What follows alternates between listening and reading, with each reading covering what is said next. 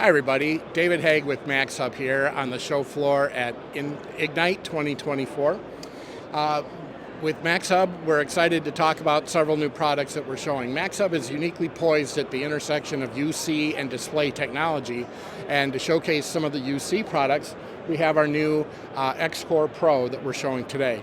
This is built on an i5 12th generation Intel chipset, which allows the device to support your organization as you move to Windows 11. This can also natively address a 21:9 panel, and it supports two displays at the same time. So this is a perfect solution for a medium to a large size conference room. I've got USB-C ingest here at the device, as well as HDMI, and it's an easy one touch to join.